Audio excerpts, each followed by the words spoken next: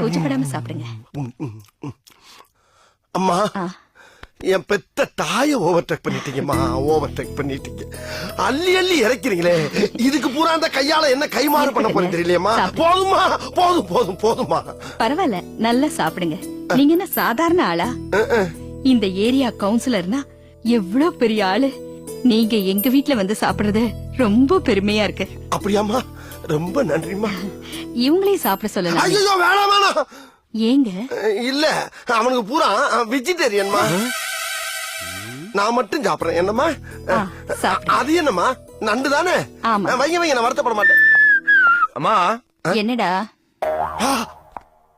என்னம்மா ரோட்ல போற பிச்சைக்காரங்களெல்லாம் வீட்டுக்கு கூப்பிட்டு சாப்பாடு போடுற?